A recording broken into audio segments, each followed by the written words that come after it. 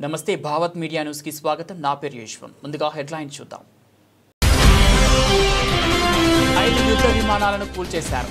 Republican నేతలతో Trump వ్యాఖ్యలు.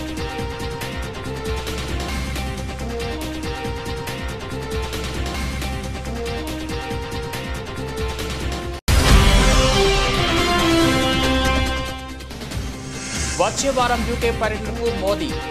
ఎఫ్టీఏపై సంతకం చేయనున్న ప్రధాని.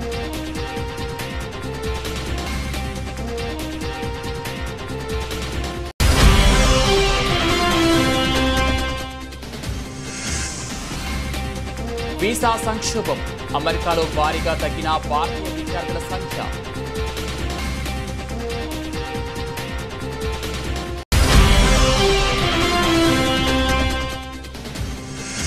ఇందిరా మహిళా శక్తి వేడుకలు నిర్వహించిన మంత్రి సీతక్క. సభా వేదికకు వెళ్తుండగా ఒక్కసారిగా కింద పడిపోయిన బ్రతుకమ్మ.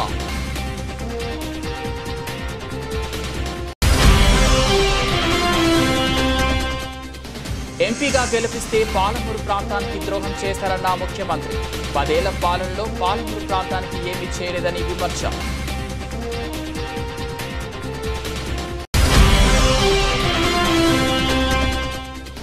ఆర్కే రోజాపై నగరి టీడీపీ ఎమ్మెల్యే భానుప్రకాష్ చేసిన వ్యాఖ్యలు. మండిపడ్డ అరకు ఎంపీ డాక్టర్ గుమ్మా తనుజారాణి.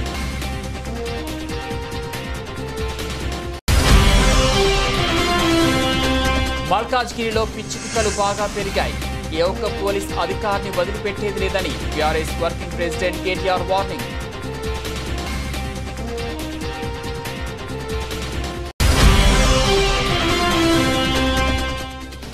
ముదురుతున్న ఈటెల వర్సెస్ బండి సంజయ్ వివాదం.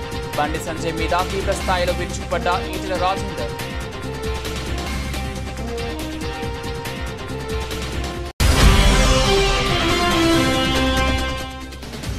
బట్టెపాడు గ్రామంలో సుపరిపాలన తొలి అడుగు కార్యక్రమం. పాల్గొన్న రాష్ట్ర దేవాదాయ ధర్మాదాయ శాఖ మంత్రి ఆనం.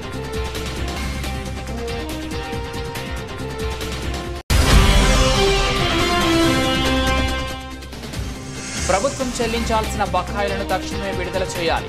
ఎస్ఎఫ్ఐ రాష్ట్ర ఉపాధ్యక్షులు ధనియాలకుల శ్రీకాంత్ వర్మ డిమాండ్.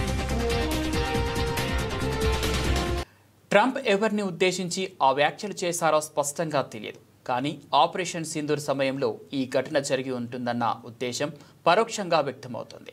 ఏప్రిల్ 22వ తేదీన పహల్గామ్లో ఉగ్రదాడి తర్వాత మే 7వ తేదీన ఆపరేషన్ సింధూర్ చేపట్టిన విషయం తెలిసిందే. ఆ తర్వాత 2 దేశాల మధ్య అతి తీవ్ర ఉద్రిక్తత పరిస్థితులు నెలకొన్నాయి. భారత్కు చెందిన 5 యుద్ధ విమానాలను కూల్చివేసినట్లు పాకిస్తాన్ చెబుతోంది. దాంట్లో 3 ఫ్రెంచ్ నిర్మాత రఫేల్ ఫైటర్లతో పాటు 2 సుఖోయిలు ఉన్నట్లు పేర్కొంటుంది. భారతీయ పైలట్లను కూడా పట్టుకున్నట్లు పాకిస్తాన్ చెబుతున్నా దానికి సంబంధించిన ఆధారాలను మాత్రం ఆ దేశం బహిర్గతం చేయలేదు. యుద్ధ విమానాల కూల్చివేత అంశంలో భారత్ తొలుత ఎటువంటి వ్యాఖ్యలు చేయలేదు. కానీ ఇటీవల త్రివిధ దళాల అధిపతి అనిల్ చౌహాన్ మాత్రం కొన్ని వ్యాఖ్యలు చేశారు. భారతీయ వైమానిక దళానికి చెందిన యుద్ధ విమానాలను కోల్పోయినట్లు ఆయన పేర్కొన్నారు. కానీ పాకిస్తాన్ చెబుతున్నట్లు 6 విమానాలను కోల్పోలేదన్నారు. అయితే సంఖ్యను మాత్రం ఆయన కూడా వెల్లడించలేదు. సంఖ్య ముఖ్యం కాదు అని, ఎందుకు ఎలా వాటిని కూల్చేశారు, ఆ తర్వాత ఎలా తిప్పికొట్టామన్న అంశాన్ని ఆలోచించాలన్నారు. And these were serious would have been going on. You had India, Pakistan, that was going, and in fact, planes were being shot out of there. 4 or 5, but I think 5 jets were shot down actually. And Lindsay, that was getting worse and worse, wasn't it? That was looking like it was going to go. These are 2 serious nuclear countries, and they were hitting each other. You know, it seems like a new form of warfare. You saw it recently when you looked at what we did in Iran, where we knocked out their nuclear capability, totally knocked out. That's going to be gone for a long time. But there seems to be a hit and then another hit, a hit and another hit. It's a different thing. But India and Pakistan were going at it, and they were back and forth, and it was getting bigger and bigger, and we got it solved through trade. We said, you guys want to make a trade deal? We're not making a trade deal if you're going to be throwing around weapons and maybe nuclear weapons, both రెండు దేశాల పర్యటనలో భాగంగా ప్రధాని మోదీ వచ్చే వారం UK వెళ్లనున్నారు. July 23 నుంచి 26 వరకు United కింగ్డమ్తో పాటు మాల్దీవుల్లో మోదీ పర్యటిస్తారు. ఇందులో భాగంగా జూలై 23, 24 తేదీల్లో యూకే వెళ్తారు. ఈ సందర్భంగా ఇరు దేశాల మధ్య కుదిరిన స్వేచ్ఛ వాణిజ్య ఒప్పందంపై సంతకం చేయనున్నారు. అదేవిధంగా రక్షణ, భద్రతా రంగాల్లో ద్వైపాక్షిక సంబంధాలను విస్తరించేందుకు యూకే ప్రధాని కీర్ స్మారన్తో పాటు చర్చలు జరపనున్నారు. 3 ఏళ్ల చర్చల ఫలితంగా గత మే నెలలో భారత్, యూకేల మధ్య స్వేచ్ఛ వాణిజ్య ఒప్పందం కుదిరింది. దీని ద్వారా యూకేలో భారతీయ వస్తువులకు మార్కెట్ పెరగనుంది. అలాగే ఇండియాలో బ్రిటిష్ కంపెనీల ఉత్పత్తులు, సేవల లభ్యత అధికం కానుంది. FTA వల్ల రెండు దేశాల ఉద్యోగాలు, అభివృద్ధి రేటు, ఎగుమతులు పెరుగుతాయి. ఈ ఒప్పందంతో భారత్ నుంచి యూకేకు ఎగుమతి అయ్యే వివిధ రకాల సరుకుల్లో 99% వాటిపై సుంకాలు రద్దవుతాయి. ఇక యూకే నుంచి భారత్ దిగుమతి చేసుకునే విస్కీ, కాటా వంటి 90% ఉత్పత్తులపై సుంకాలు తగ్గనున్నాయి. యూకే పర్యటన అనంతరం ప్రధాని మోదీ మాల్దీవులకు చేరుకోనున్నారు. జూలై 25, 26 తేదీల్లో ఆ దేశంలో పర్యటించనున్నారు. 60వ జాతీయ దినోత్సవ వేడుకలకు ముఖ్య అతిథిగా హాజరవుతారు. మాల్దీవుల అధ్యక్షుడు మొహమ్మద్ మొయిజ్ను భారత్ పట్ల అనుసరించిన వ్యతిరేక వైఖరి కారణంగా గతేడాది ఇరు దేశాల మధ్య సంబంధాలు దెబ్బతిన్న విషయం తెలిసిందే. చైనా అనుకూలుడిగా పేరున్న మొయిజ్ను అధ్యక్షుడిగా ఎన్నికైన తర్వాత టర్కీ, చైనాలో పర్యటించారు. ఉన్నత విద్య కోసం అమెరికా విశ్వవిద్యాలయాలకు వెళ్లే భారతీయ విద్యార్థుల సంఖ్య భారీగా తగ్గుతోంది. దీనికి కారణం విద్యార్థి వీసాల విషయంలో డొనాల్డ్ ట్రంప్ ప్రభుత్వం అనుసరిస్తున్న కఠిన విధానాలే అని విశ్లేషకులు చెబుతున్నారు. ఈ మేరకు హైదరాబాద్లోని విద్యా సలహాదారులు అవుట్బాండ్ ట్రాఫిక్ 70% తగ్గిందని గుర్తించారు. వీసా అపాయింట్మెంట్ స్లాట్లలో కొనసాగుతున్న ఫ్రీ వీసా తిరస్కరణ రేట్లలో ఆకస్మిక పెరుగుదల కారణంగా ఈ తగ్గుదల ఏర్పడిందని తెలిపారు. సాధారణంగా ఈ సమయానికి చాలామంది విద్యార్థులు తమ వీసా ఇంటర్వ్యూలను పూర్తి చేసుకొని విమాన ప్రయాణానికి సిద్ధమవుతుంటారు. ఏడాది మేము ఇప్పటికే స్లాట్ తెరవబడుతుందని ఆశతో ప్రతిరోజు పోర్టల్ను రీఫ్రెష్ చేస్తున్నాం. గత కొన్నేళ్లుగా ఇలాంటి పరిస్థితి చూడలేదు అని హైదరాబాద్ ఓవర్సీస్ కన్సల్టెంట్ నుంచి సంజీవ్ రాయ్ టైమ్స్ ఆఫ్ ఇండియాతో అన్నారు.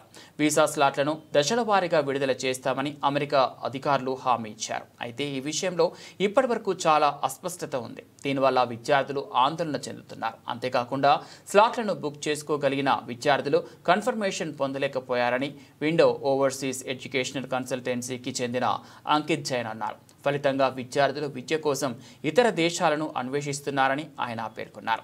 నేను నిజంగా వేచి ఉండలేకపోయాను. అయితే నేను ఒక ఏడాది కోల్పోతాను. ఈ సమయంలో ఇది ఒక ముగింపులా కనిపిస్తోంది. అందుకే నేను నా దరఖాస్తును ఉపసంహరించుకోవాలని నిర్ణయించుకున్నాను అని 23 ఏళ్ల ఓ విద్యార్థి తెలిపాడు. తాను ఇప్పుడు ఆటోమేటివ్ ఇంజనీరింగ్లో మాస్టర్స్ కోసం జర్మనీని ఎంచుకున్నట్లు సదరు విద్యార్థి పేర్కొనడం జరిగింది. కాగా గతేడాది భారత్ 3.3 లక్షల మంది విద్యార్థులు అమెరికాకు పంపించి చైనాను అధిగమించింది. విదేశాంగ మంత్రిత్వ శాఖ డేటా ప్రకారం 2024 జనవరి 1 నాటికి 11.6 లక్షలకు పైగా భారతీయ విద్యార్థులు విదేశాలలో ఉన్నత విద్యా సంస్థలలో చదువుతున్నారు. ఇదే సమయంలో యూరప్ను గమ్యస్థానంగా మార్చుకునే వారి సంఖ్య క్రమంగా పెరుగుతోందని విశ్లేషకులు తెలిపారు. ములుగు జిల్లా కేంద్రంలోని గిరిజన భవనంలో ఇందిరా మహిళా శక్తి వేడుకలు మంత్రి సీతక్క నిర్వహించారు. సీతక్కకు స్వాగతం పలికే క్రమంలో కూరగాయలతో పేర్చిన బతుకమ్మను మహిళా సంఘం సభ్యులు ఆమెకు అందించారు. బతుకమ్మను నెత్తి మీద పెట్టుకుని సభా వేదికకు వెళ్తుండగా ఒకసారిగా కింద పడిపోయారు. నా నెత్తిన ఉన్న బతుకమ్మ కింద పడిపోతే అపచారం జరిగిందని ట్రోలింగ్ చేస్తున్నారని మంత్రి సీతక్క మండిపడ్డారు. అక్కడ ఒక తట్టలో కూరగాయలు పట్టుకొచ్చి పెట్టారు. నా మనోళ్ళు నెట్టుకుంటూ ఎవరో చెయ్యిట్లు వేసారు. అది కింద పడితే టీఆర్ఎస్ వాళ్ళకి ఏం కనపడలే పాపం. కూరగాయల తట్ట బతుకమ్మ రూపం అంటే అట్లా పేర్చుకున్నారు కూరగాయలను. దాన్ని కూడా ఏదో అయింది, అపచారం అయింది. అందరు లేడీస్ ఉన్నారు. నేను మంత్రినే, కానీ వాళ్ళ లెక్క దొరసాల లెక్క నేను అందరి దూరం కొట్టిపోయేటోళ్ళం కాదు. అందరిలో కలిసిపోతుంటే ఎవరో ఒక తల్లి ఇట్లా చేయాలి. అది కూరగాయలు, మరి టమాటా ఉంది, అలా పచ్చిమిరపకాయలు ఉన్నాయి, వంకాయలు ఉన్నాయి. ఇవన్నీ జారయా బతుకమ్మ పువ్వు లెక్క పెడితేనే బాగుంది. సరే ఎవరో ఒక పేర్చుకొచ్చిందని వాళ్ళు నా నెత్తిగా పెట్టారు. అది కొద్దిగా పైన ఊడిపోయింది. దాన్నే పెద్దగా చేసి చూపించుకుంటారు. ఇక వాళ్ళకి ఏమన్నా మైండ్ ఉందా? మరో 10 ఏళ్లు ఈ పాలమూరు బిడ్డనే ముఖ్యమంత్రిగా ఉంటాడు. తెలంగాణలో ఈరోజు అందరూ బాగుపడుతుంటే ఇక మమ్మల్ని ఎవరు అడుగుతారని కేసీఆర్ దుఃఖపడుతున్నాడు. కానీ కేసీఆర్ శాపగ్రస్తుడు. నీ దుఃఖం 10 ఏళ్ల వరకు అలాగే ఉంటుంది. ఆ దుఃఖం పెరిగి పెద్దదై భూతమై నిన్ను కబిలిస్తుంది తప్ప నీకు విముక్తి లేదు కేసీఆర్. నీ కళ్ళ ముందే తెలంగాణ అభివృద్ధి చెందుతుంది. ఆ బాధ్యత మేం తీసుకుంటామని తెలంగాణ ముఖ్యమంత్రి రేవంత్ రెడ్డి అన్నారు. నాగర్ కర్నూలు జిల్లా కొల్లాపూర్ మండలం చటప్రోలులో యంగ్ ఇండియా ఇంటిగ్రేటెడ్ రెసిడెన్షియల్ పాఠశాలకు ఆయన శంకుస్థాపన చేశారు. ఈ సందర్భంగా ఆయన మాట్లాడుతూ పాలమూరు ప్రజలు కేసీఆర్ను అక్కున చేర్చుకొని ఎంపీగా గెలిపిస్తే ఆయన ఈ ప్రాంతానికి ద్రోహం చేశారని ఆగ్రహం వ్యక్తం చేశారు. తెలంగాణకు ఉమ్మడి రాష్ట్రంలో కంటే కేసీఆర్ హయాంలోనే ఎక్కువ అన్యాయం జరిగిందని ముఖ్యమంత్రి విమర్శించారు. వెనుకబడిన కొల్లాపూర్ ప్రాంతానికి ప్రభుత్వం అండగా ఉంటుందని హామీ ఇచ్చారు. 10 ఏళ్ల హయాంలో పాలమూరు ప్రాంతానికి ఏమీ చేయకుండా ఇప్పుడు ఈ ప్రాంతాన్ని చూస్తే దుఃఖం వస్తోందని కేసీఆర్ అనడం విడ్డూరమని అన్నారు. కాంగ్రెస్ హయాంలో పాలమూరు పచ్చగా మారుతుంటే కేసీఆర్కు దుఃఖం వస్తుందని చురుక అంటించారు. పాలమూరు అంటే కేసీఆర్కు చిన్న చూపు అని, అయినప్పటికీ ఆయనకు మద్దతిస్తున్న ఈ జిల్లా నేతలు శ్రీనివాస్ గౌడ్, నిరంజన్ రెడ్డిలకు సిగ్గుండాలని ఘాటు వ్యాఖ్యలు చేశారు. బీఆర్ఎస్ ప్రభుత్వం తన 10 ఏళ్ల పాలనలో పాలమూరు రంగారెడ్డి ఎత్తిపోతల పథకాన్ని ఎందుకు పూర్తి చేయలేదో చెప్పాలని నిలదీశారు. జిల్లాకు చెందిన వివిధ ప్రాజెక్టులను పక్కన పెట్టారని ఆరోపించారు. కానీ ఒక్క కాళేశ్వరం ప్రాజెక్టు కోసం మాత్రం 1,00,000 కోట్ల రూపాయలు ఖర్చు చేశారని గుర్తు చేశారు. అది కూడా 2019లో కడితే 2023లో కూలిపోయిందని విమర్శించారు. 1994 నుంచి 10 ఏళ్ల తెలుగుదేశం అధికారంలో ఉందని, 2004 నుంచి 10 ఏళ్లు కాంగ్రెస్, 2014 నుంచి 2023 డిసెంబర్ వరకు బీఆర్ఎస్ అధికారంలో ఉందని గుర్తు చేశారు. అయితే 2034 వరకు పాలమూరు బిడ్డ తెలంగాణకు ముఖ్యమంత్రిగా ఉంటాడని కేసీఆర్ గుర్తు పెట్టుకోవాలని అన్నారు. దీనిని కేసీఆర్ తన గుండెల మీద రాసుకోవాలని పేర్కొన్నారు. చంద్రబాబు నాయుడు గారికి విజ్ఞప్తి చేస్తున్నా, రాయలసీమ లిఫ్ట్ ఇరిగేషన్ 3 టీఎంసీలు రోజుకు తరలించే ప్రాజెక్టును మీరు రద్దు చేసి మీ ఉదారత్వం ప్రదర్శించండి. మీరు 2 రాష్ట్రాలను సమానంగా తెలుగు వాళ్ళని అభివృద్ధి చేయాలన్న ఆలోచనతో ఉన్నది నిజమైతే రాయలసీమ లిఫ్ట్ ఇరిగేషన్ ప్రాజెక్టును రద్దు చేయండి. పాలమూరు రంగారెడ్డి ఎత్తిపోతల డిండి ప్రాజెక్టు, కల్వకుర్తి ప్రాజెక్టు, భీమా ప్రాజెక్టు, నెట్టంపాడు ప్రాజెక్టు, కోయిల్ సాగర్ ప్రాజెక్టులను పూర్తి చేయడానికి మీరు ఉదారంగా ముందుకొచ్చి మాకు సహకరించండి. మా పాలమూరు బిడ్డలు కృతజ్ఞత ఉన్నవాళ్ళు మీ మేలు. ఆర్కే రోజాపై నగరి టీడీపీ ఎమ్మెల్యే భానుప్రకాష్ చేసిన వ్యాఖ్యలు సభ్య సమాజం తలదించుకునేలా ఉన్నాయి. 3 సార్లు ఎమ్మెల్యే, 1 సారి మంత్రిగా కూడా పనిచేసిన ఆర్కే రోజా గారిపై ఇలాంటి వ్యాఖ్యలు చేయడాన్ని తీవ్రంగా ఖండిస్తున్నా. వైఎస్ఆర్సీపీ మహిళా నేతపై ఇలాంటి వ్యాఖ్యలు చేస్తే మీ టీడీపీ అధిష్టానం మిమ్మల్ని మెచ్చుకోవచ్చు, కానీ ప్రజలు చీకొడతారనే విషయాన్ని మర్చిపోవద్దని అరకు ఎంపీ డాక్టర్ గుమ్మా తనుజారాణి ఆరోపించారు. అందరికీ నమస్కారం. నగరి నియోజకవర్గ ఎమ్మెల్యే గారైన భానుప్రకాష్ గారు రోజా గారి మీద చేసిన వ్యాఖ్యలు సభ్య సమాజాన్ని తలదించుకునే విధంగా ఉంది. సంస్కృతి సంప్రదాయాల్ని భ్రష్టు పట్టించే విధంగా ఒక మహిళ మీద ఇట్లాంటి వ్యాఖ్యలు చేయడం నిజంగా బాధాకరం. మహిళలను దేవతలుగా పూజించే మన భారతదేశంలోని ఒక మహిళని ఉన్నత స్థాయిలో ఉన్న మీరు ఒక ప్రజాప్రతినిధిగా ఇట్లాంటి వ్యాఖ్యలు చేయడాన్ని నేను తీవ్రంగా ఖండిస్తున్నాను. ఆర్కే రోజా గారు 100కి పైగా సినిమాలు చేసి ఎన్నో అవార్డులను తెచ్చుకొని ఆంధ్రప్రదేశ్లోనే కాక మిగతా రాష్ట్రాలలో కూడా అభిమానులను సంపాదించి ప్రజలకు సేవ చేయాలని రాజకీయాల్లోకి వచ్చి 3 సార్లు ఎమ్మెల్యేగా, మంత్రిగా ఎన్నో మంచి పనులు చేసి ప్రజలను ఆదరణ గెలుచుకున్న వ్యక్తిగా ఈరోజు ఉన్నారు. అట్లాంటి వ్యక్తి మీద మీరు ఇలాంటి వ్యాఖ్యలను చేయడం నేను తీవ్రంగా ఖండిస్తున్నాను. ఇట్లాంటి వ్యాఖ్యలు చేస్తే, ఇలా అవమానిస్తే మీ అధిష్టానం మిమ్మల్ని మెచ్చుకుంటుంది అనుకుంటున్నారేమో, కానీ మిమ్మల్ని ఓటేసి గెలిపించిన ప్రజలు చీకొట్టే పరిస్థితి ఉందని మీరు గమనించలేకపోతున్నారు. తక్షణమే మీకు మహిళల అంటే ఏమాత్రమైన గౌరవం ఉంటే ఈరోజు మీరు రోజా గారి మీద చేసిన వ్యాఖ్యలను వెనక్కి తీసుకొని మల్కాజ్గిరిలో పిచ్చి కుక్కలు బాగా పెరిగాయి. మెడ మీద తలకాయ ఉన్న ఎవడైనా మల్కాజ్గిరి చౌరస్తాలో గూండాలను తీసుకొచ్చి గంటసేపు ట్రాఫిక్ జామ్ చేసి బస్తీ మే సవాల్ అంటూ చిల్లర రాజకీయం చేస్తాడా? మా ఎమ్మెల్యేలను అరెస్ట్ చేయడం, మా నాయకులను హౌస్ అరెస్ట్ చేయడం తప్ప కాంగ్రెస్ గుండాలను నియంత్రించే దమ్ము పోలీసులకు లేదా? అధికారం ఎవడి అబ్బసొత్తు కాదు, శాశ్వతం కాదు. మళ్ళీ మా టైం వస్తుంది. ఇవాళ కాంగ్రెస్ పార్టీకి కట్టు బానిసల్లా పనిచేస్తున్న అధికారులను రేపు మళ్ళీ మా ప్రభుత్వం వచ్చాక ఏం చేయాలో రాసి పెట్టుకుంటాం, ఖచ్చితంగా చేసి చూపెడతామని హెచ్చరిస్తున్నా. అధికార పార్టీకి తొత్తులుగా కట్టు బానిసల్లాగా ఏకపక్షంగా పనిచేస్తున్న ఏ ఒక్క పోలీస్ అధికారిని వదిలిపెట్టేది లేదని BRS working president KTR warning ఇచ్చారు. నిజంగానే నిన్న మొన్న ఎవరు అంటే నేను నమ్మలేదు. హైదరాబాద్ లో పిచ్చి కుక్కలు విరిగిపోయినాయి, కానీ ముఖ్యంగా మల్కాజ్గిరిలో పిచ్చి కుక్కలు బాగా విరిగినట్టున్నాయి. లేకపోతే ఎవడన్నా మెడ మీద తలకాయ ఉన్నోడు గంట సేపు వచ్చి మల్కాజ్గిరి చివరస్తాల గుండగాలను వేసుకొచ్చి గంట సేపు ఇక్కడ ట్రాఫిక్ జామ్ చేస్తూ నేను ఇక్కడికి వచ్చినా నువ్వు రా అని చెప్పి బస్తీ మీద సవాల్ అని చెప్పి చిల్లర రాజకీయం చేస్తుంటే ఏం చేస్తున్నది పోలీస్ యంత్రాంగం అని నేను అడుగుతున్నా. మా ఎమ్మెల్యేలను అరెస్ట్ చేసుడు కాదు, మా నాయకులను హౌస్ అరెస్ట్ చేసుడు కాదు, ఏం చేస్తున్నారు మీరు ఈ గుండాగాళ్లకు నియంత్రించడానికి నేను అడుగుతా ఉన్నా. ఇలా ఒకటే మాట నేను అనేది, అసలు ఏమి అధికారం ఉన్నది కాంగ్రెస్ పార్టీ నాయకులకు మల్కాజ్గిరిలో? ఇవాళ ఇక్కడ ఎమ్మెల్యే గారు బీఆర్ఎస్ పార్టీ నుంచి ఉన్నారు, గౌరవ కార్పొరేటర్లు ఉన్నారు, సబితా అనిల్ కిషోర్ గాని, మా సోదరి విజయశాంతి శ్రీనివాస్ రెడ్డి గాని, మా వాళ్ళందరూ ఉన్నారు. వాళ్ళందరూ ఏ ప్రోగ్రాంకు పోయినారు? దేవుడికి గుళ్లకు చెక్కులు ఇచ్చే కార్యక్రమానికి పోతే అది కూడా కావాల్సుకొని మీ అడ్డాల పెట్టుకొని ఆడ వీరికి పందలైన మీ అనుచరులను పెట్టి గుండగాలను పెట్టి మా వాళ్ళ మీద దాడి చేయించి ఏం చేయదలుచుకున్నారని నేను అడుగుతా ఉన్న కాంగ్రెస్ పార్టీ నాయకులను, ఈ చిల్లర గుండగాలను. ఒకటి గుర్తు పెట్టుకోండి, అధికారం ఎవడి అబ్బసొత్తు కాదు, అధికారం ఎవడికి శాశ్వతం కాదు. మళ్ళా మా టైం వస్తుంది. ఇవాళ కట్టు బానిసల్లాగా పనిచేస్తున్న అధికారులు ఎవరైతున్నారో నేను వాళ్ళకి చెప్తున్నా, ఇలా రాసి పెట్టుకోండి.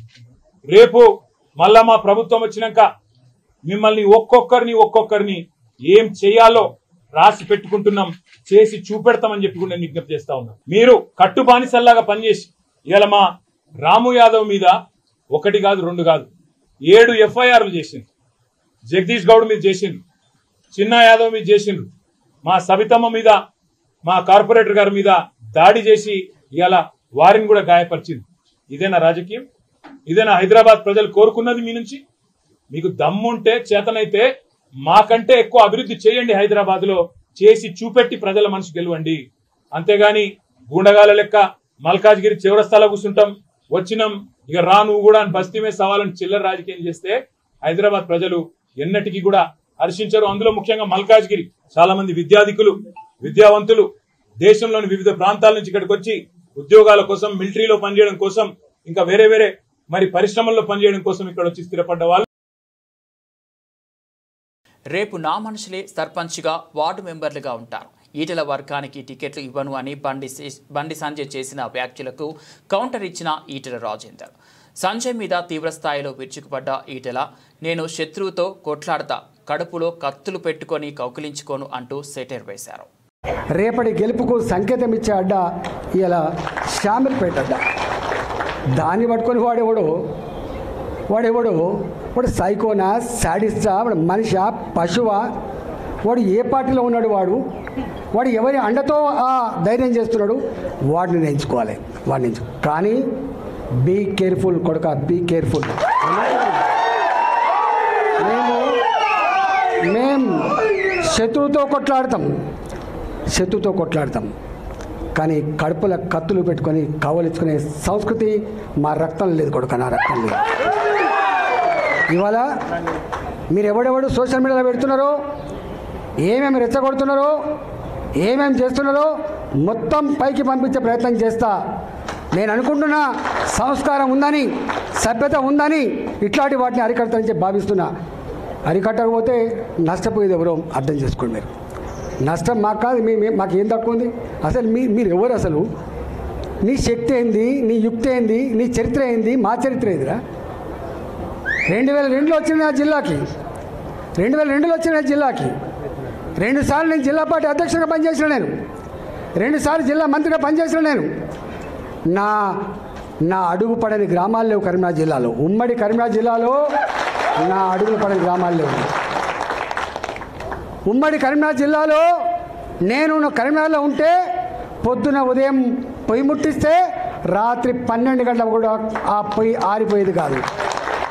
ఒక్క హుజరాబాదు, ఒక కమలాపూర్ వచ్చిన వాళ్ళు కాదు బిడ్డ, మొత్తం కరీంనగర్ జిల్లా మొత్తం వచ్చేది.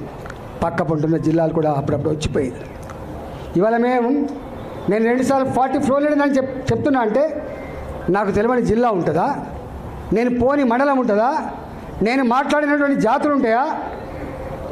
మీకు మా చరిత్ర తక్కువ తెలుసుకోడుకా మీకు. మంత్రి ఇంటింటికి తిరుగుతూ అందించిన సంక్షేమ పథకాలను వివరిస్తూ అందించబోవు సంక్షేమ పథకాలు తెలియపరుస్తూ ముందుకు సాగారు. ఈ సందర్భంగా మంత్రి ఆనం మాట్లాడుతూ ఆత్మకూరు నియోజకవర్గ పరిధిలో 85,000 ఇళ్లుంటే ఇప్పటికీ 75,000 ఇళ్లకు వెళ్లి సంక్షేమ పథకాల వివరాలను ప్రజలకు వివరించామని తెలిపారు. సూపర్ 6లో భాగంగా పెన్షన్లు, ఉచిత 3 గ్యాస్ సిలిండర్లు, తల్లికి వందన పథకం, 13,000 ఎంతమంది పిల్లలు ఉంటే అంతమందికి అందించనున్నామని, త్వరలో మిగిలిన సంక్షేమ పథకాలు కూడా అందించేందుకు రాష్ట్ర ముఖ్యమంత్రి ప్రణాళికలు సిద్ధం చేస్తున్నారని స్పష్టం చేశారు. ఆత్మకూరు ఇంజనీరింగ్ కాలేజీలో వచ్చే నెల 1-2 తేదీల్లో భారీ జాబ్ మేళా నిర్వహిస్తున్నామని, అర్హత ఉన్న ప్రతి అభ్యర్థి ఈ అవకాశాన్ని సద్వినియోగం చేసుకోవాలని కోరారు. సంవత్సరం రోజుల క్రితం ఆనాడు వచ్చినటువంటి ఎన్నికల్లో ఈ రాష్ట్రంలో గడిచిన 5 సంవత్సరాల్లో ఒక ప్రభుత్వం, ఒక నాయకుడు పరిపాలన సాగింది. అది ఏ విధంగా ఉన్నింది, ఎలా ఉన్నింది, దానివల్ల లాభ నష్టాలు ఏంటి అనేది మనం చెప్పేటువంటి ప్రతి మాటలో మీకు అర్థమవుతూ వస్తుంది. అందుకనే ఈనాడు గ్రామాన ఇంటింటా తిరిగి సుపరిపాలన తొలి అడుగు కార్యక్రమాన్ని నిర్వహిస్తూ ఉన్నాం. ఈ నిర్వహించేదానికి రాష్ట్ర స్థాయిలో ఒక చంద్రబాబు నాయుడు గారు, లేకుంటే ఒక లోకేష్ గారు, లేకుంటే ఈ జిల్లాలో ఒక రామనారాయణ రెడ్డి గారు జరిగేది కాదు. ప్రతి ఇల్లు చూడాలి అని అంటే ఒక్క మన నియోజకవర్గంలోనే 82,000 ఇళ్ళు ఉన్నాయి. 28 రోజుల్లో 82,000 ఇళ్ళు కలిసి వాళ్ళ అభిప్రాయాలు తీసుకోవాలని అంటే అందులో మన పార్టీ వాళ్ళు ఉన్నారు.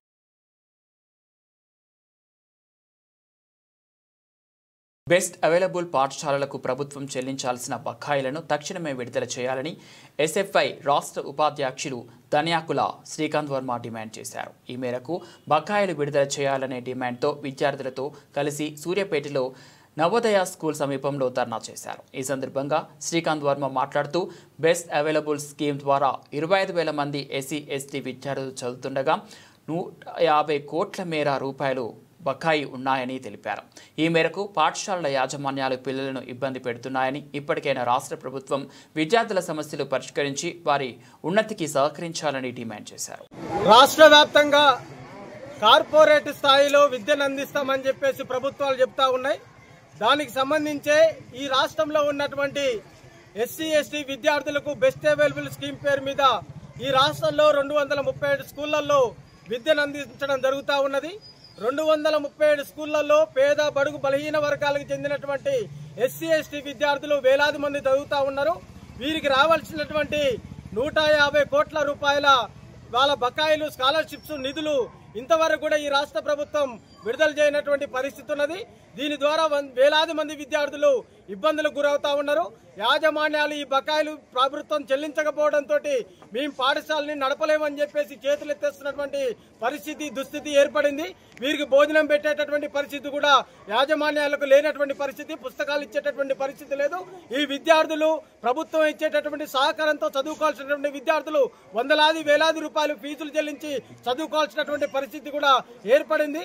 యాజమాన్యాలకు కూడా కోట్లలో బకాయిలు ఉండటంతో వాళ్ళు అప్పులు తీసుకొని రాలేక, హాస్టల్స్ మెయింటైన్ చేయలేక ఈ రోజు విద్యార్థులకు లెక్చర్, ఇక్కడ ఉన్నటువంటి టీచర్లకు శాలరీస్ ఇవ్వలేనటువంటి పరిస్థితుల్లో వాళ్ళందరూ కూడా మేము నడపలేమయ్యా, మీ స్కూళ్ళని నడపలేమని చెప్పేసి కూడా చేతులెత్తడం జరుగుతూ ఉన్నది. దీని ద్వారా విద్యార్థులందరూ కూడా రోడ్ల మీదకి వస్తున్నటువంటి పరిస్థితి ఉన్నది. ఈ రాష్ట్ర ప్రభుత్వానికి ఏదైనా చిత్తశుద్ధి ఉంటే, దళితుల పట్ల, గిరిజనుల పట్ల చిత్తశుద్ధి ఉంటే ఖచ్చితంగా ఈ విద్యార్థులకు రావాల్సినటువంటి బెస్ట్ అవైలబుల్ స్కీము నిధులని మంజూరు చేయాలని చెప్పేసి తక్షణంగా డిమాండ్ చేస్తా ఉన్నాం. వీళ్ళ జీవితాలతో చెలగాటం ఆడొద్దు. వీళ్ళ చదువుల్ని సాఫీగా సాగే విధంగా ప్రభుత్వం చూడాల్సినటువంటి బంగారం ధర మళ్లీ క్రమంగా పెరుగుతోంది. ₹1,00,000 దగ్గరలో ట్రేడ్ అవుతోంది. గత వారంలో 98,000కు దగ్గరలో ఉన్న 10 గ్రాముల బంగారం ప్రస్తుతం తిరిగి ₹1,00,000 చేరువ అవుతోంది. ఈ నేపథ్యంలో ఈరోజు ఉదయం 6:30 సమయానికి 10 గ్రాముల 24 క్యారెట్ల బంగారం ధర 99,390కి చేరింది. 22 క్యారెట్ల 10 గ్రాముల బంగారం ధర 91,110కి చేరింది. ఢిల్లీలో 24 క్యారెట్ల పసిడి రేటు 10 గ్రాములకు 99,530కి చేరుకోగా 22 క్యారెట్ల గోల్డ్ ధర 10 గ్రాములకు 99,260కి చేరుకుంది. ఇక హైదరాబాద్, విజయవాడలో 24 క్యారెట్ల 10 గ్రాముల బంగారం ధర 99,390కి చేరుకోగా 22 క్యారెట్ల 10 గ్రాముల గోల్డ్ రేటు 91,110కి చేరింది. వెండి ధరలు నిన్నటితో పోల్చుకుంటే 100 మేర తగ్గాయి. ఈ క్రమంలో దేశంలోని ప్రధాన నగరాల్లో ఉన్న బంగారం, వెండి రేట్లను ఇప్పుడే తెలుసుకుందాం. తొలి వన్డే విజయంతో జోష్లో ఉన్న భారత మహిళల జట్టు ఇప్పుడు సిరీస్పై కన్నేసింది. 3 మ్యాచ్ల సిరీస్లో భాగంగా ప్రఖ్యాత లార్డ్స్ మైదానంలో శనివారం ఇంగ్లాండ్తో రెండో వన్డేలో తలపడనుంది. ఇప్పటికే 5 టీ20ల సిరీస్ను హర్మన్ప్రీత్ సేన 3-2తో గెలిచిన విషయం తెలిసిందే. అలాగే శ్రీలంక, దక్షిణాఫ్రికాతో మేలో జరిగే ముక్కొనపు వన్డే సిరీస్ను సైతం గెలిచిన భారత్ ఆత్మవిశ్వాసంతో ఉంది. అలాగే ఈ ఏడాది చివరిలో భారత్లోనే జరిగే వన్డే వరల్డ్ కప్నకు కూడా ఈ సిరీస్ విజయం చక్కటి సన్నాహకం కానుంది. పేసర్లు రేణుకా సింగ్, పూజా వక్తాకర్ జట్టులో లేకపోయినా బౌలింగ్ విభాగం రాణించగలుగుతోంది. క్రాంతి గౌడ్, అరుంధతి రెడ్డిలతో పాటు స్పిన్నర్లు శ్రీచరణి, స్నేహ్ రాణా విశేషంగా ఆకట్టుకుంటున్నారు. ఇక తొలి వన్డేలో భారత బ్యాటింగ్ విభాగం కలిసికట్టుగా రాణించింది. కెప్టెన్ హర్మాన్ నిరాశపరిచిన ఓపెనర్లు ప్రతిక రావల్, మందనతో పాటు మిడిల్ ఆర్డర్లో జమియా, దీప్తి శర్మ కీలకంగా నిలిచారు. చివర్లో అమన్జోత్ హిట్టింగ్తో చెలరేగడం జట్టుకు లాభించింది. అటు ఆదిత్య ఇంగ్లాండ్కు ఈ మ్యాచ్ చావోరేవో కాబట్టి లార్డ్స్లో గెలిచి తీరాలనే కసితో బరిలోకి దిగనుంది. జట్టు మిడిల్ ఆర్డర్ పర్వాలేదనిపించినా టాప్ ఆర్డర్ వైఫల్యం దెబ్బతీసింది. బులెటిన్ ముగించే ముందు హెడ్లైన్స్ మరోసారి. 5 యుద్ధ విమానాలను కూల్చేశారు. రిపబ్లికన్ నేతలతో ట్రంప్ వ్యాఖ్యలు.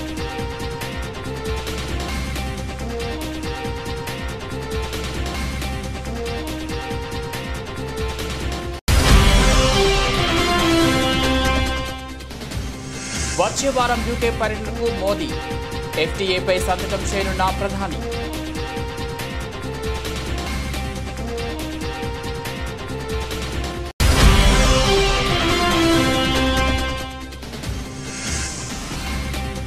వీసా సంక్షోభం. అమెరికాలో భారీగా తగ్గిన భారతీయ విద్యార్థుల సంఖ్య.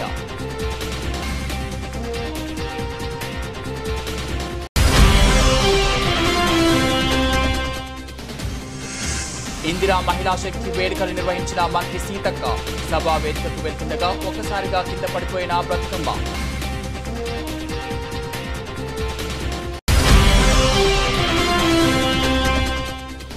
ఎంపీగా గెలిపిస్తే పాలమూరు ప్రాంతానికి ద్రోహం చేశారన్న ముఖ్యమంత్రి. 10 ఏళ్ల పాలనలో పాలమూరు ప్రాంతానికి ఏమీ చేయలేదని విమర్శ.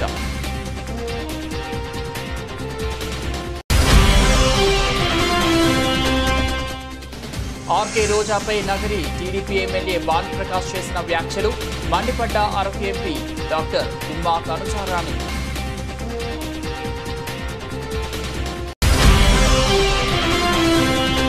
మల్కాజ్గిరిలో పిచ్చి కుక్కలు బాగా పెరిగాయి. ఏ ఒక్క పోలీస్ అధికారిని వదిలిపెట్టేది లేదని BRS working president KTR warning.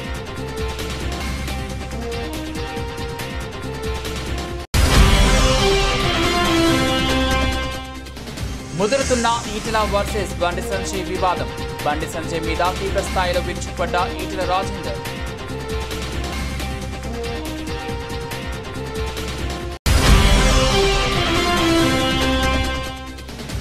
బట్టెపాడు గ్రామంలో సుపరిపాలన తొలి అడుగు కార్యక్రమం. పాల్గొన్న రాష్ట్ర దేవాదాయ ధర్మాదాయ శాఖ మంత్రి ఆనం.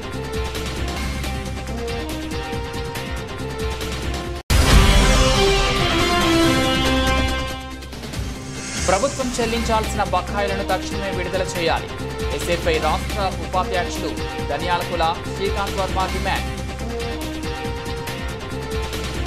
ఇవి బులెటిన్ అప్డేట్స్. మరో బులెటిన్లో మళ్ళీ కలుద్దాం.